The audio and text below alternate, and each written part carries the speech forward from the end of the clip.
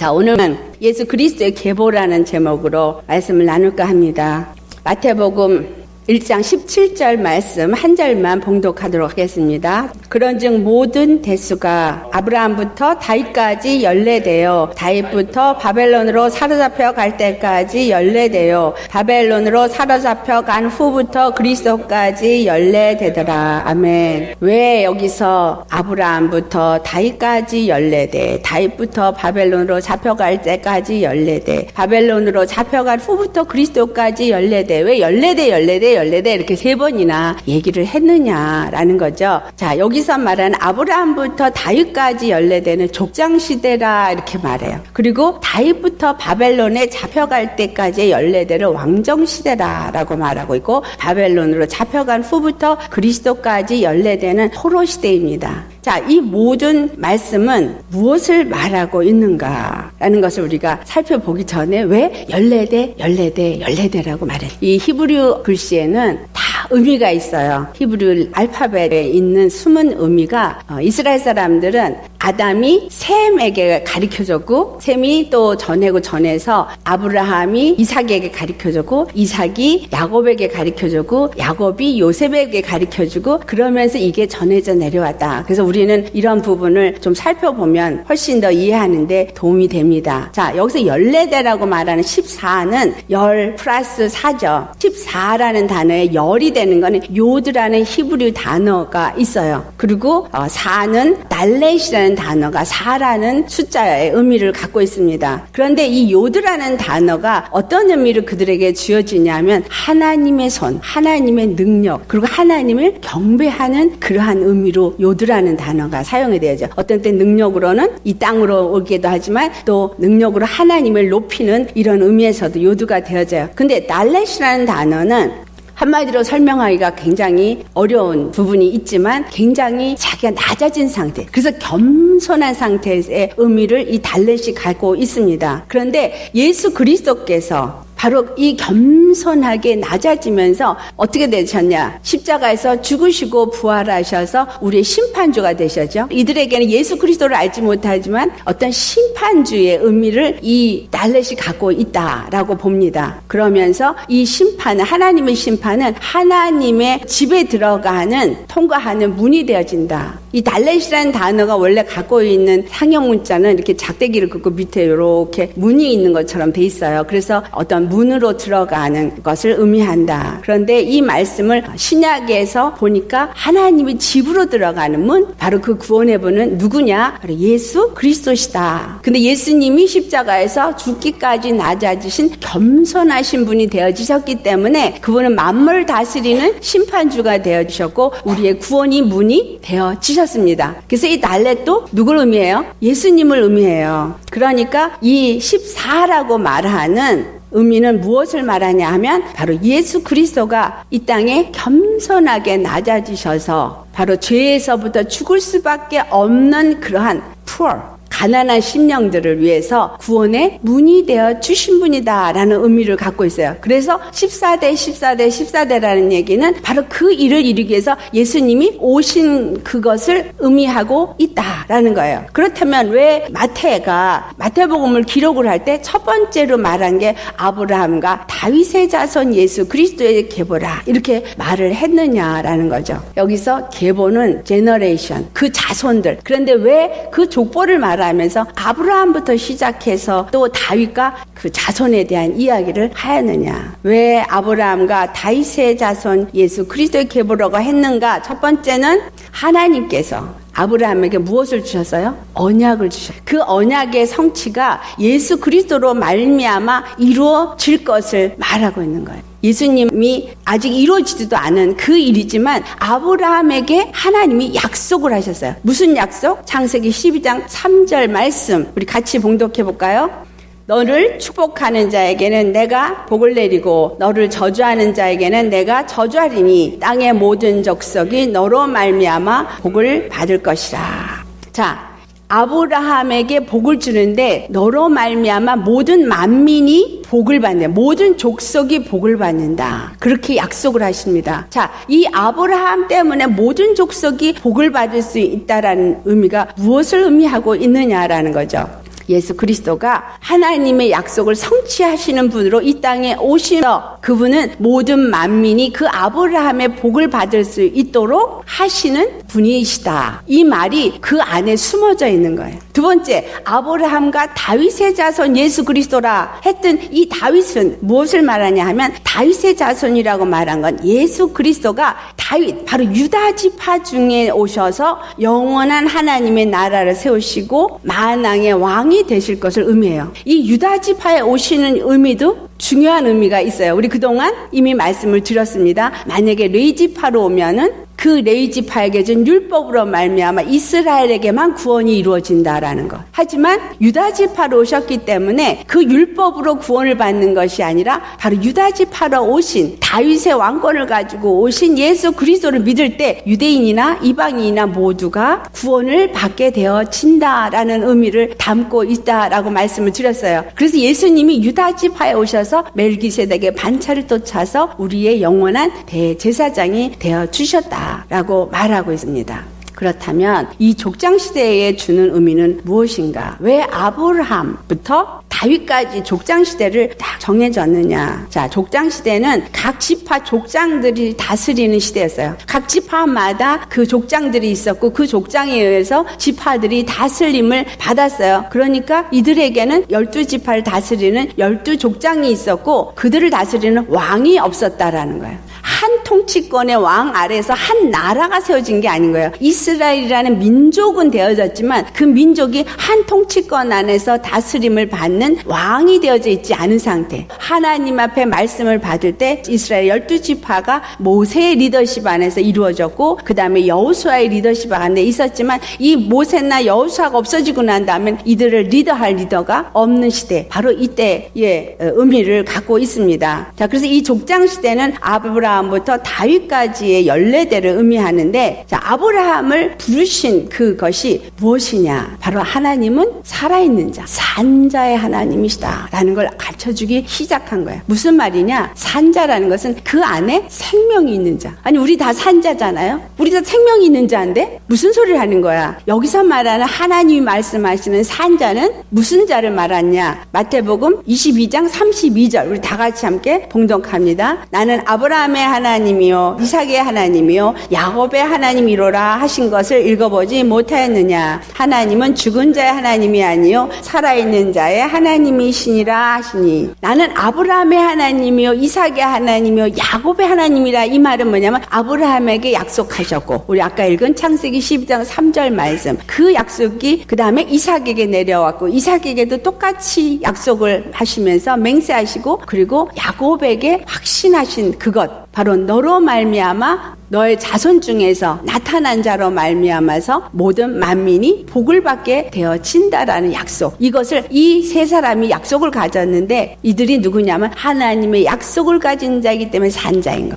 하나님의 생명을 가진 자이기 때문에 산자예요. 그렇다면 죽은 자는 어떤 자냐? 하나님의 약속이 없는 자, 하나님의 생명이 없는 자. 약속을 가진 아브라함이나 이삭이나 야곱은 모두가 예수 그리스도 메시아를 기다리는 자였어요. 그러나 이 메시아를 기다리고 있지 않은 자는 모두가 죽은 자가 되어진다. 두 번째, 아브라함에게 약속하시고, 그리고 하나님은 그 약속한 것을 이제 실행하시기 시작하는 것이 바로 이 족장 시대에 이루신 하나님의 역사입니다. 그 시작이 뭐예요? 바로 이삭을 준비하셨다. 다른 사람을 준비하는 게 아니라 이삭을 준비하셨어요. 창세기 17장 6절에서 7절에 아브라함에게 나타나셔서 내 이름을 아브라함이라 하지 말고 아브라함이라 하라. 왜 아브라함이라고 하냐면 끝에 임이라는 단어가 붙으면 복수명사가 되죠. 단수였던 아브라함이 아브라함, 그래서 만민의 아비가 되어진다는 의미예요. 아브라함, 모든 민족의 아비가 되어지도록 이제는 너는 아브라함이라 하라. 그리고 사라는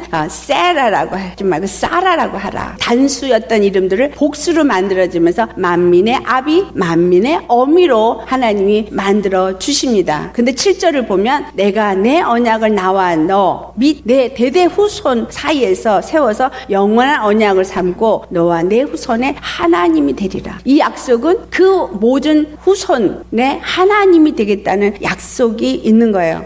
그 약속을 이제 창세기 17장 19절을 보면 네 아내 사라가 아들을 낳을 것이다. 근데 그 이름을 이삭이라 하라. 그러면서 내 언약을 그 이삭과 함께 세우겠다 말씀하세요. 이삭과 함께 그 영원한 언약을 세우겠다 말씀하셨는데 이 이삭이 누구를 말하냐? 갈라디아서 3장 16절을 가보니까 우리 다 같이 읽어볼까요? 이 약속들은 아브라함과 그 자손에게 말씀하신 것인데 여럿을 가리켜 그 자손들이라 하지 아니하시고 오직 한 사람을 가리켜 내 자손이라 하셨으니 곧 그리스도라. 아브라함에겐 단 한 자손이 이삭이 바로 내 언약을 그와 함께 맺겠다 하신 언약이 이삭을 통해서 이삭의 후손 가운데서 이룰 거라는 얘기가 바로 예수 그리스도를 통해서 이 약속이 이루어질 것을 말씀하신 것이다 라는 거예요.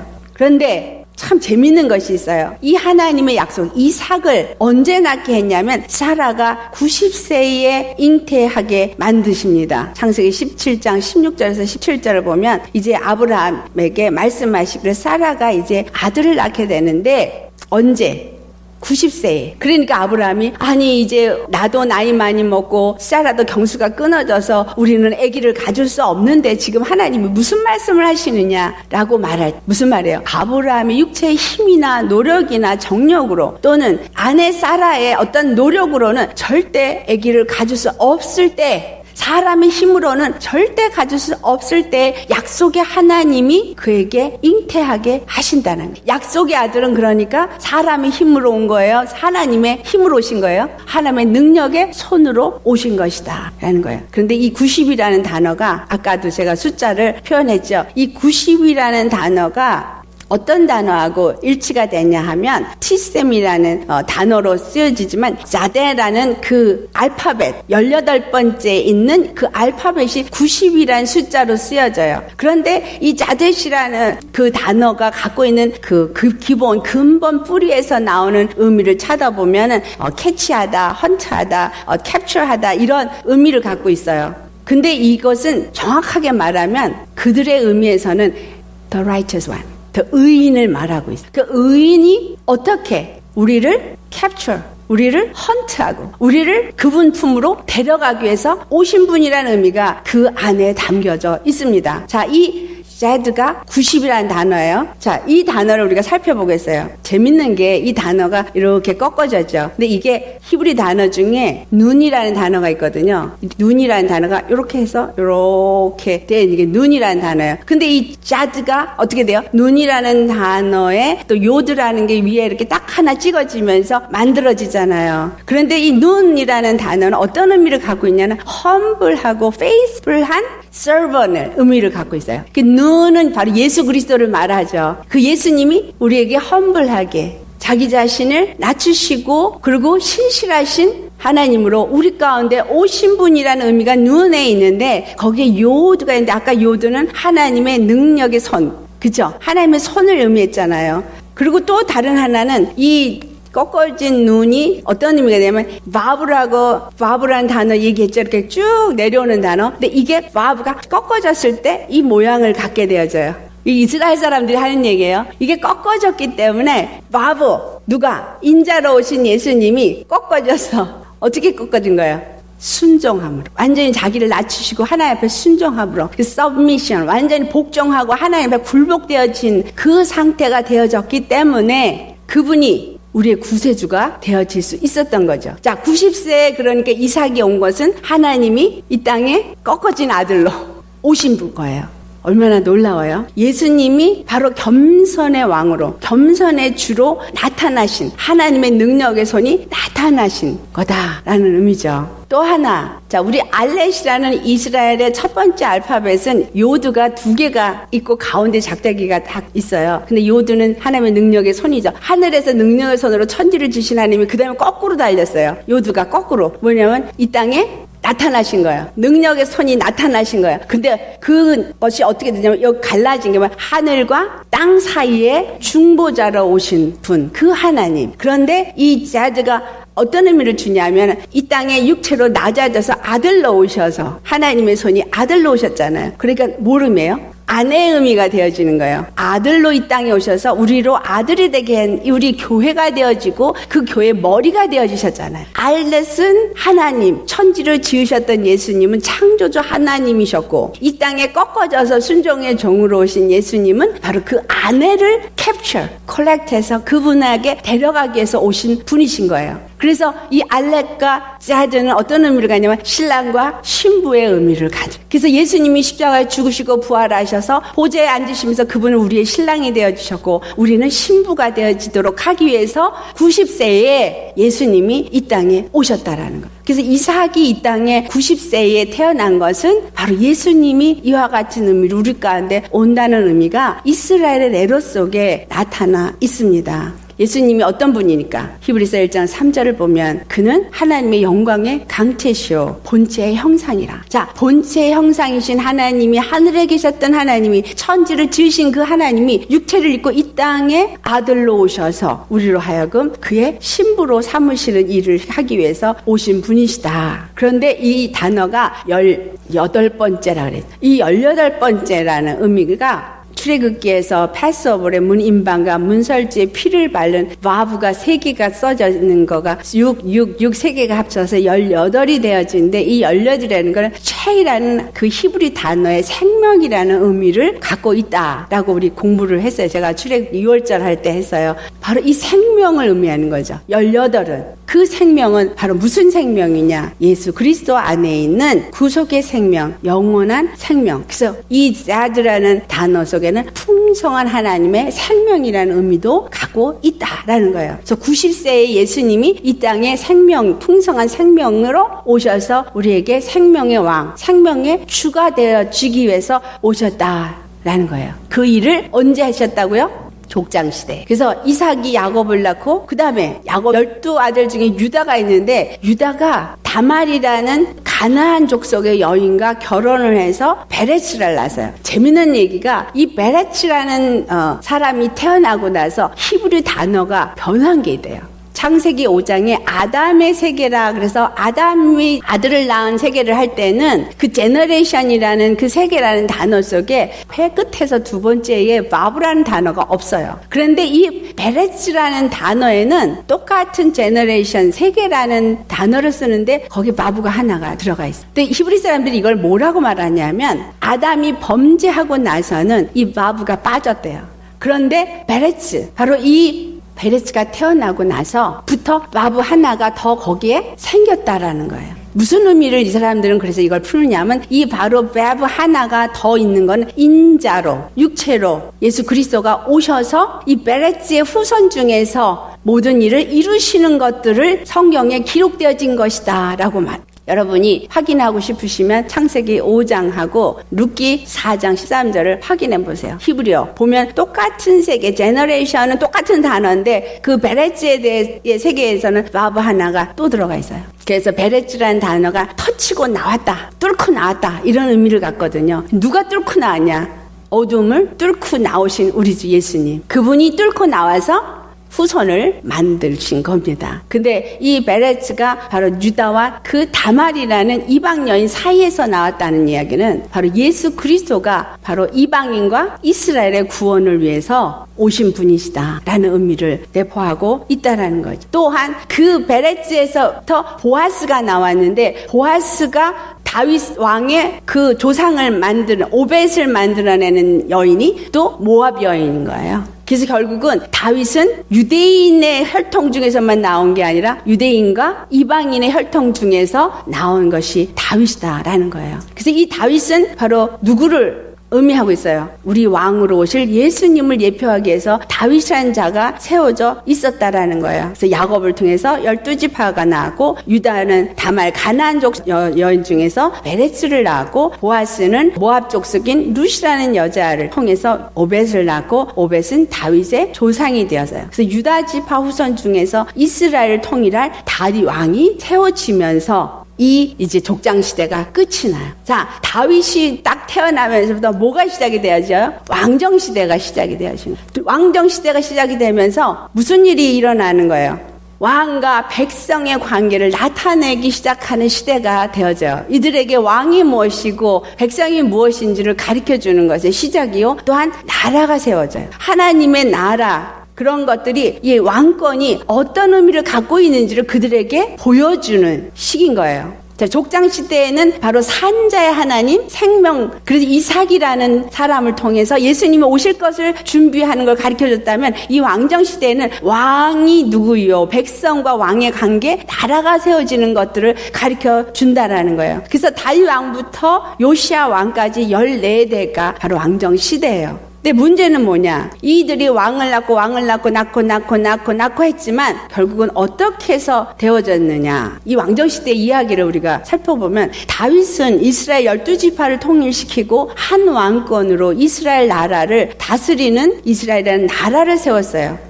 그리고 이 다윗 왕을 하나님이 우리에게 가르쳐 주시는 것이 뭐냐 하면, 그는 겸손의 왕으로 하나님의 기뻐하심을 입은 기름 부음을 받은 왕이셨다라는 거예요. 이것은 바로 예수 그리스도가 기름 부음 왕으로서, 하나님이 기뻐하시는 기름 부음을 받는 왕으로서 영적인 이스라엘 나라를 세우시고 그 왕권을 세울 것을 예표한 것이다.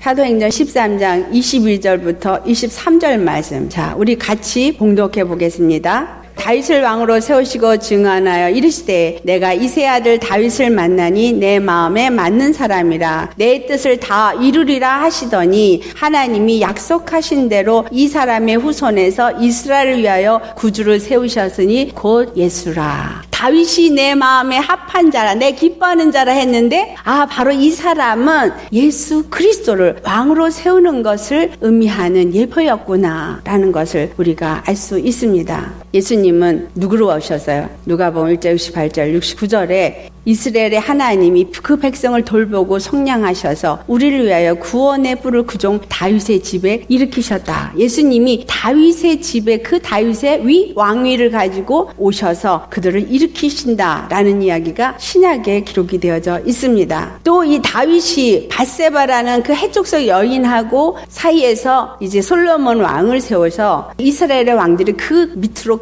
계속해서 이제 태어나게 됩니다. 그런데 무엇을 의미하고 있냐면, 많은 왕들이 이 14대 왕이 나타났는데 이 왕정 시대가 끝이 나는 이유가 뭐였어요? 이것이 우리에게 주는 중요한 의미가 있습니다. 육체의 왕권. 이것은 완전하지 못하고 죄악으로 인하여서 무너지게 된다라는 것을 말씀하고 있습니다. 이스라엘이라는 나라가 세워져서 이스라엘의 왕권이 있어졌지만 14대밖에 지나지 않아서 이 왕권은 다 무너졌어요. 이스라엘이 완전한 멸망을 합니다. 그 이야기는 무엇을 말하냐? 인간의 왕들은 완전한 하나님 원하시는 영원한 나라를 세울 수 없다라는 거, 그리고 왕과 백성의 관계를 그들에게 가르쳐 주시는 그러한 의미의 시대였다라는 사실입니다.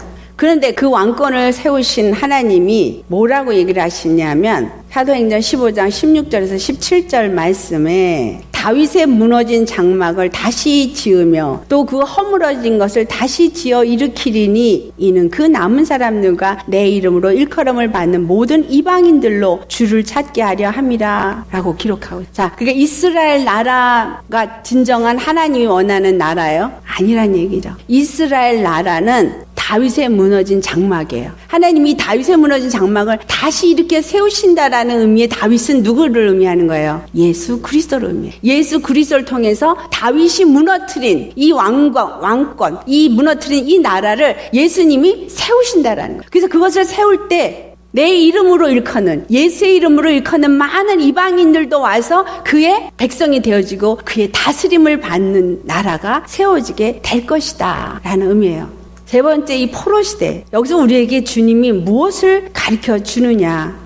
여고냐로부터 그리스도 예수 탄생까지가 14대인데, 이 시대가 우리에게 가르쳐 주는 것은 이스라엘이 우상을 섬기는 범죄로 바벨론의 포로가 되었다. 이스라엘의 왕과 백성이 하나님을 버리고 우상을 섬기는 범죄로 인해서 그들이 바벨론의 포로가 되었어요.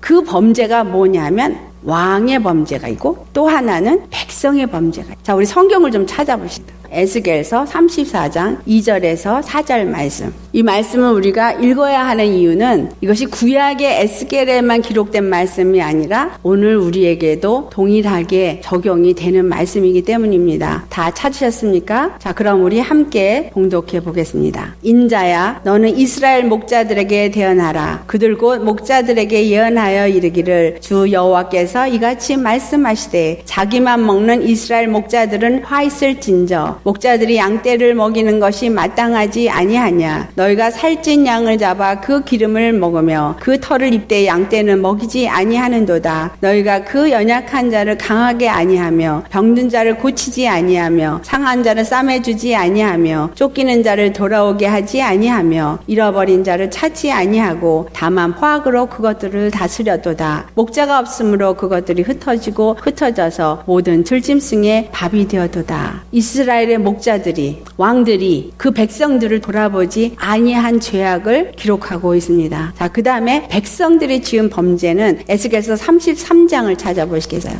24절에서부터 28절까지 찾으셨으면 같이 봉독하겠습니다. 인자야, 이 이스라엘의 이 황폐한 땅에 거주하는 자들이 말하여 이르기를 아브라함은 오직 한 사람이라도 이 땅을 기업으로 얻었나니 우리가 많은즉 더욱 이 땅을 우리에게 기업으로 주신 것이 되느니라 하는도다. 그러므로 너는 그들에게 이르기를 주 여호와께서 이같이 말씀하시되 너희가 고기를 핏째 먹으며 너희 우상들에게 눈을 들며 피를 흘리며 그 땅이 너희의 기업이 될까 보냐. 너희가 칼을 믿어 가증한 일을 행하며 각기 이웃의 아내를 더럽히니 그 땅이 너희의 기업이 될까 보냐 하고 너는 그들에게 이르기를 주 여호와께서 이같이 말씀하시되 내가 나의 삶을 두고 맹세하노니 황무지에 있는 자는 칼에 엎드러지리고 들에 있는 자는 들짐승에게 넘겨 먹히게 하고 산성과 굴에 있는 자는 전염병에 죽게 하리라. 내가 그 땅이 황무지와 공포의 대상이 되게 하고 그 권능의 교만을 그치게 하리니 이스라엘의 산들이 황폐하여 지나갈 사람이 없으리라.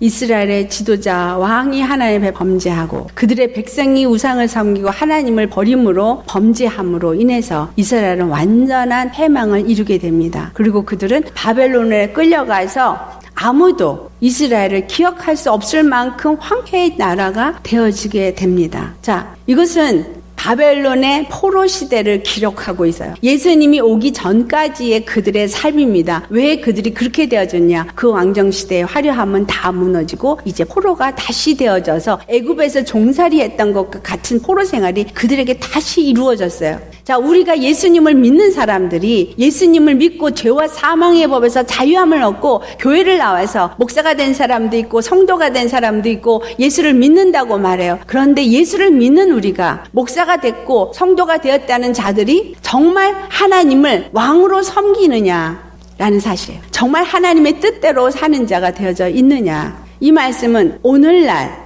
우리 교회 지도자들과 우리 믿는 성도들의 범죄함을 또한 우리에게 가르쳐주고 있는 것입니다. 그래서 지금 예수 믿는다고 하는 사람들이 영적인 바벨론의 노예가 되어져 있는 실상을 우리가 볼 수 있어요. 영적 바벨론은 바로 음녀가 된 교회를 지배하는 영들. 음녀라는 얘기는 신랑이 있는데 다른 남자하고 간통하는 거예요. 신랑 예수님 믿고 예수님만 섬기는 교회가 아니라 다른 신들이 교회 안에 들어와서 어떤 명예, 어떤 자기의 욕심, 탐심, 육체의 정욕을 이루는 이런 것들로 더럽혀져 있는 교회, 배도한 교회가 바로 음녀가 된 교회예요. 근데 그러한 교회들 위에 역사하는 영이 바로 음녀라는 거예요. 그것이 어떤 거예요? 계시록 17장 4절에서부터 5절을 보면은 다 찾으셨으면 우리 함께 봉독하겠습니다. 그 여자는 자줏빛과 붉은빛 옷을 입고 금과 보석과 진주로 꾸미고 손에 금잔을 가졌는데 가증한 물건과 그의 음행에 더러운 것이 가득하더라. 그의 이마에 이름이 기록되었으니 비밀이다. 큰 바벨론이라 땅의 음녀들과 가증한 것들의 어미라 하더라. 계시록 18장 2절로부터 6절을 한번 보시겠어요? 시작. 힘찬 음성으로 외쳐 이르되 무너졌도다 무너졌도다 큰 성 바벨론이여 귀신의 처소와 각종 더러운 영이 백성이 모이는 곳과 각종 더럽고 가증한 새들이 모이는 곳이 되었도다. 그 음행의 진로의 포도주로 말미암아 만국이 무너졌으며 또 땅의 왕들이 그와 더불어 음행하였으며 땅의 상인들도 그 사치의 세력으로 치부하였도다 하더라. 구약의 바벨론이 이스라엘을 포로로 끌어가서 이스라엘을 노예로 삼아준 것. 그러나 하나님은 그 이스라엘을 바벨론에서 건져내셨어요.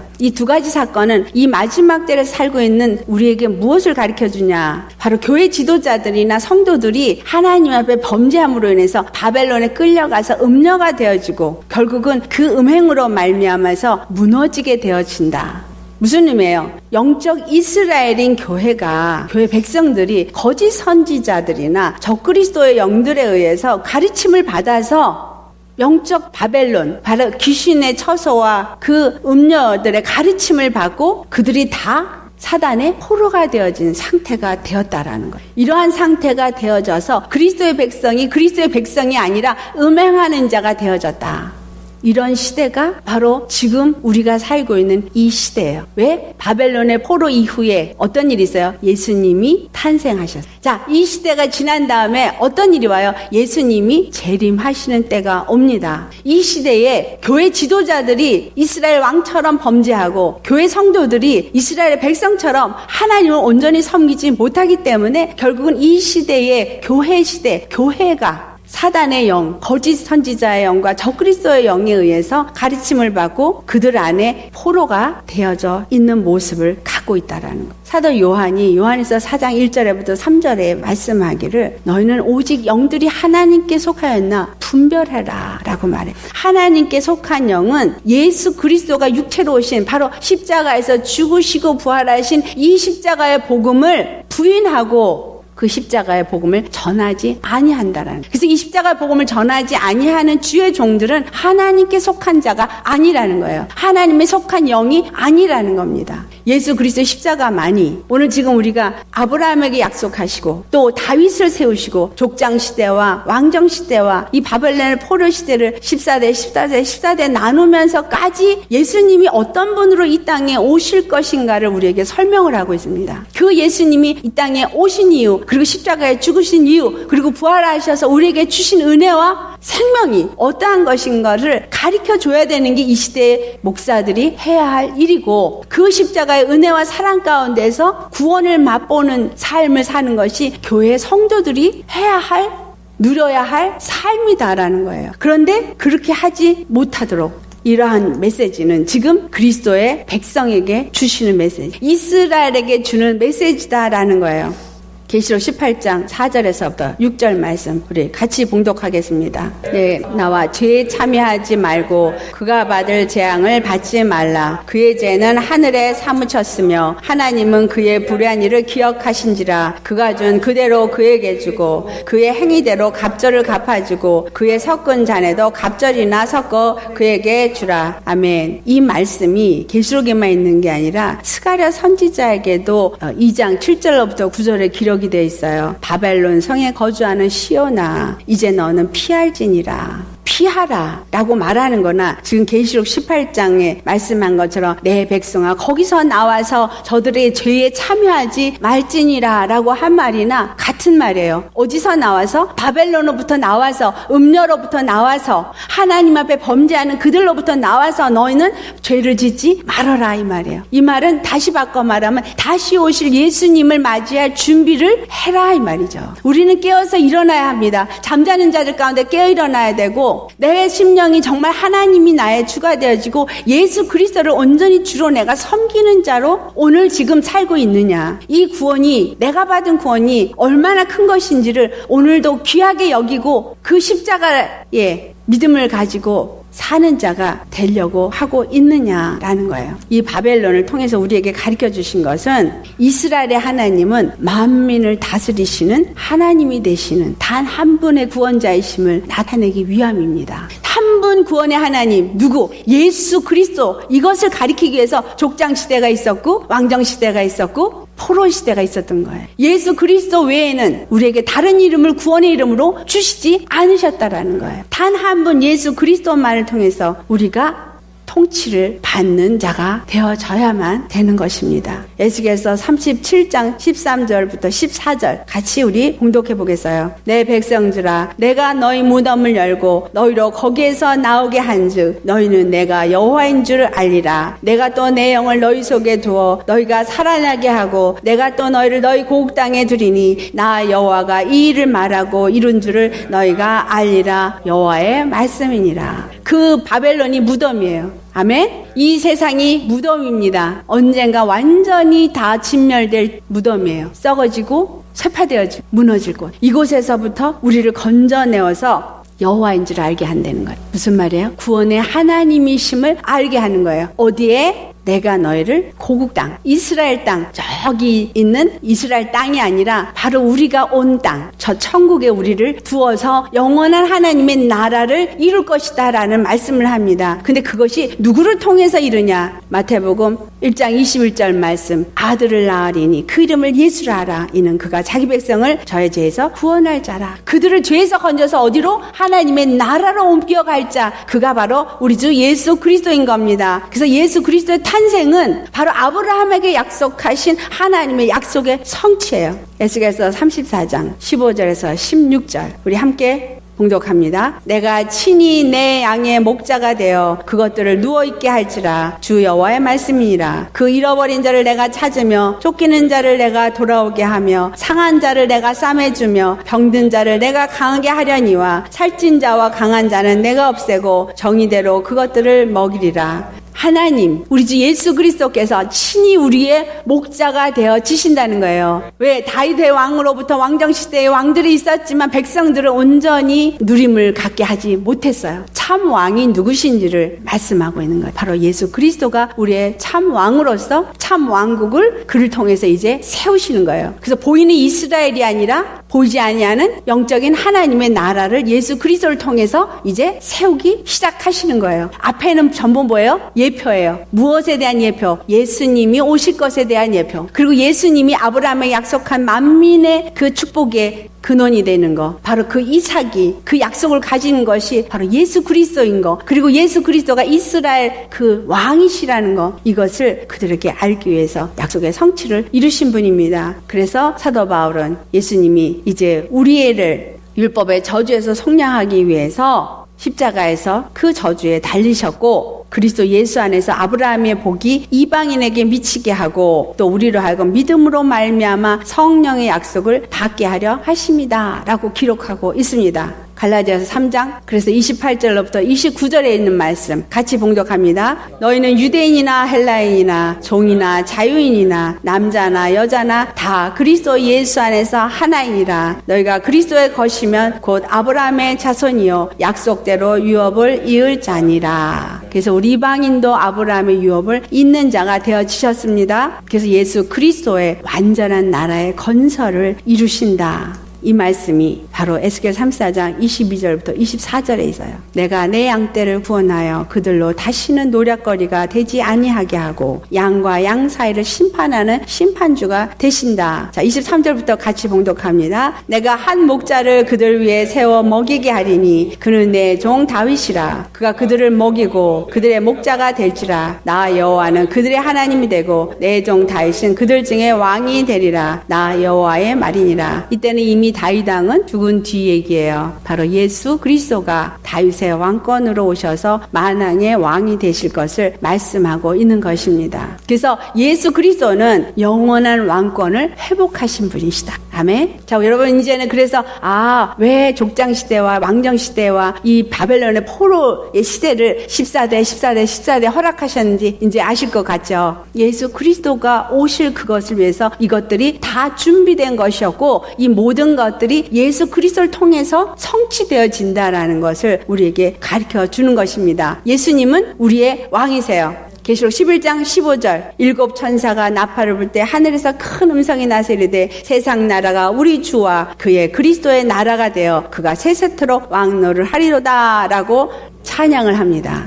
계시록 5장 9절에서 10절 시작. 그들이 새 노래를 불러 이르되 두루마기를 가지고 그 인봉을 떼기에 합당하시도다. 일찍일중임을 당하사 각 족속과 방언과 백성과 나라 가운데서 사람들을 피로 사서 하나님께 들으시고 그들로 우리 하나님 앞에서 나라와 제사장을 삼으셨으니 그들이 땅에서 왕노를 하리로다 하니라. 아멘. 자, 예수님이 바로 만왕이 되셨고 우리는 예수 그리스도 안에서 하나님 앞에 왕 같은 제사장이 되어 주셨습니다. 하늘에 앉은 자로서 권세를 가진 자가 되셨습니다. 이것을 이루기 위해서 하나님이 아브라함에게 약속하시고 다윗을 왕으로 세우시고 이스라엘 나라를 세우셔서 알게 하시고 또 그들이 범죄함으로 바벨론에 끌려가 포로가 됐지만 그들을 다시 건져내셔서 바로 구원의 하나님을 나타낸 것처럼 우리가 이 땅에서 이러한 상황을 지금 겪고 있습니다. 아멘. 이 땅의 왕 밑에, 대통령 밑에, 권세자 밑에 힘든 고통을 당하고 있어요. 하지만 주님은 반드시 우리를 건지시는 하나님이 되심을 무엇으로 우리에게 보여주셨어요? 십자가에 죽으시고 부활하시러. 우리 모두가 바로 이 십자가에서 다시 사신 예수님의 부활 생명을 가진 자예요. 그래서 에베소 2장 6절 말씀으로 하늘 보좌에 그리스도 예수 안에서 앉히신 분이십니다. 여러분 육으로 이 땅에 있어도 영으로는 하늘에 앉은 자라는 얘기는 권세자라 이 말이에요. 왕 같은 제사장. 아멘. 그래서 베드로전서 2장 9절 말씀에 뭐래요? 너희는 왕 같은 제사장이요. 그 다음에 그의 거룩한 나라요. 하나님의 소유된 백성이니. 우리가 예수님을 머리로 모시면서 그의 나라가 되어져요. 근데 이렇게 하신 이유는 뭐냐면 아름다운 덕을 선전하게 하래. 바로 예수 그리스도 십자가를 선전하도록 그래서 우리가 그 권세를 이 땅에서 누리도록 이 모든 것을 주신 겁니다. 그러니 구약에 있었던 모든 이야기가 예수 그리스도를 얘기하고 그 예수 그리스도를 통해서 내가 받는 축복을 말하고 있더라. 아멘. 그래서 예수님은 우리의 뭐가 되는 거예요? 왕이신 거예요. 다 같이 계시록 5장 13절 말씀 시작. 내가 또 들으니 하늘 위에와 땅 위에와 땅 아래와 바다 위에와 또 그 가운데 모든 피조물이 이르되 보좌에 앉으신 이와 어린 양에게 찬송과 존귀와 영광과 권능을 세세토록 돌릴지로다. 우리는 온전히 우리의 삶 속에 누구만 영광 존귀 찬양 돌려요? 예수님. 우리 삶 속에 예수님이 영광과 존귀와 찬송을 받으실 수 있도록 우리가 돌리는 삶을 살아야 돼요. 우리 예배 속에서 아까 우리 주 이름을 찬양한다고 막 찬양을 했어요. 손뼉 치고 찬양만 소리만 내는 게 찬양이 아니라 우리의 삶에서 그분이 정말 나의 존귀와 나의 찬송과 나의 찬양과 나의 모든 영광을 다 드려도 아까움이 없는 나의 주, 나의 하나님, 나의 구원자임을 이 땅에서 경험해야 그걸 찬양 돌릴 수 있을 거 아니에요. 그분은 왕 중 왕이 되셔서요. 만주의 주가 되셨습니다. 내가 믿는 예수 그리스도가 바로 그와 같은 분이에요. 예수 그리스도 때문에 내가 왕 같은 제사장이요 그의 소유된 백성이요 거룩한 나라가 되셨습니다. 아멘. 이 땅에서 우리 이 거룩하신 이름을 높이는 그리고 축복자가 되시기를 예수의 이름으로 축원합니다.